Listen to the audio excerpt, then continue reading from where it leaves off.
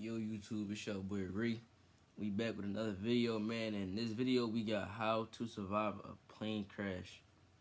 From the rip, I just want to say I'm glad that he made it out and that he living life. I just feel bad that he gotta live the rest of his life looking like that. Cause I'm guessing the plane crash messed his face up. But let's get into the video. I got onto the left-hand wing, clambering over that door lip, and then I stood onto the wing and was able to stand on the wing momentarily. I jumped, I would estimate at a height of about 15 feet.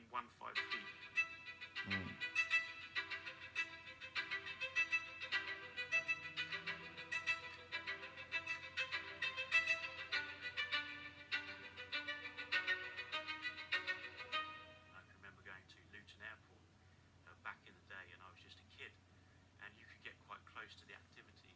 You'd hear the pilots kind of doing the engine tests and throttling down the runway, down that centre line, and the noise, the smell of the kerosene coming off the back of the aircraft, and the desire to perhaps learn to fly myself one day was perhaps born during that time. I'd been with an instructor for about 3 weeks duration. I had a couple of different instructors during that time, and everything was going very well. And then I'd been solo for around about 8 days.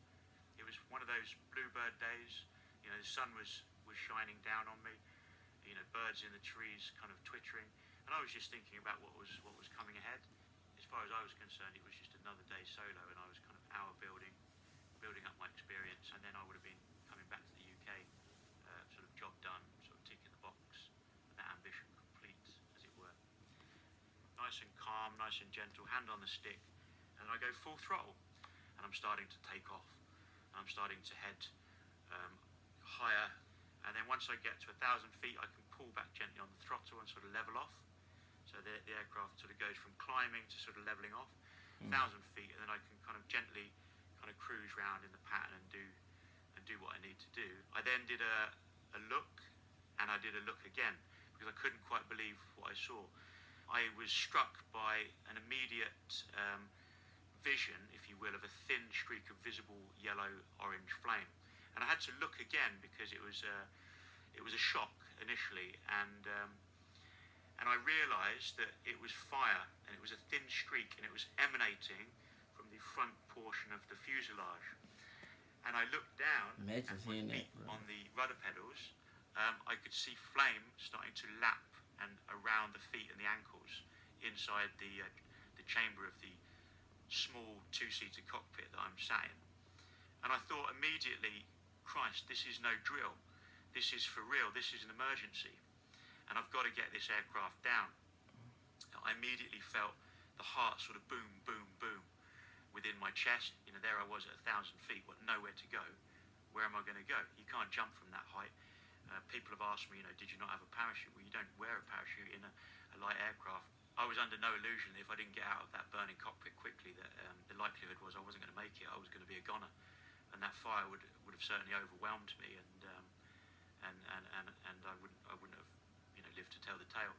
The only option I foresaw was indeed to try to get out of that cockpit early, but I needed to get the aircraft that was to a safe level in order to have any chance of pulling that off cleanly and make it happen. My mind then flicked back to one of the US instructors, and I can distinctly remember it, and he said, and I quote, "Above all, if there's an emergency and you've got a problem, fly the damn aircraft." And these words kind of echoed and reverberated in my memory, and I thought, I've got to hold on. I've got to get a grip here, and I've got to do exactly that. So I kept my left hand on the flight control stick and my right hand on the throttle, and I carefully just knocked off that power on the throttle to try to reduce airspeed. And I needed to reduce that significantly in order to get myself to a relatively safe speed approaching the active runway. All the time I'm watching the altimeter spin down, so through 900 feet, 800 feet, 700 feet, 600 feet, and I've got that left hand on control, right hand on the throttle, and I'm trying to breathe and I'm trying to think through it, and I'm just trying to really calm it all down as much as possible. When I flew over the top of the active runway, I was literally 100 feet, 50 feet by the time I'd cleared it. I turn off the key, magnetos alpha bravo, the red switch is off. In the center column, fuel pump off. Rotate fuel selector valve through 90 degrees off. Everything off, off, off in sequence. At the lower reaches from 50.